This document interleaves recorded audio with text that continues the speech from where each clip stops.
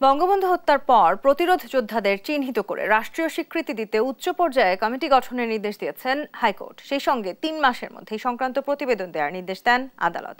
হাইকোর্টের বিচারপতি নাইমা হায়দার ও বিচারপতি কাজী জিনাত হকের হাইকোর্ট বেঞ্চ এই আদেশ দেন।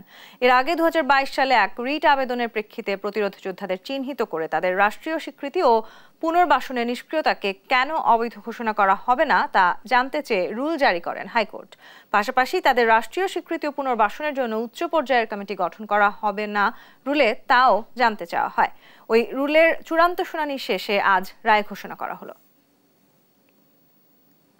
সেই কমিটি 4 আগস্টের মধ্যে হাইকোর্ট ডিভিশনে একটা প্রতিবেদন দাখিল করবে প্রতিরোধ যোদ্ধাদেরকে আইডেন্টিফাই করে, এবং যারা এই সময়ে আহত হয়েছে, নিহত হয়েছে, যাদেরকে জেলে পোড়া হয়েছে তাদেরকে আইডেন্টিফাই করে তাদের একটা তালিকা বিজ্ঞ আদালতে দিবে। এবং তাদেরকে আমরা বিজ্ঞ আদালতের কাছে রুল চেয়েছিলাম যে তাদেরকে যাতে আইডেন্টিফাই করে তাদেরকে রাষ্ট্রীয় সম্মান এবং তাদেরকে পুনর্বাসন এবং রাষ্ট্রীয় ভাতা প্রদান করার জন্য।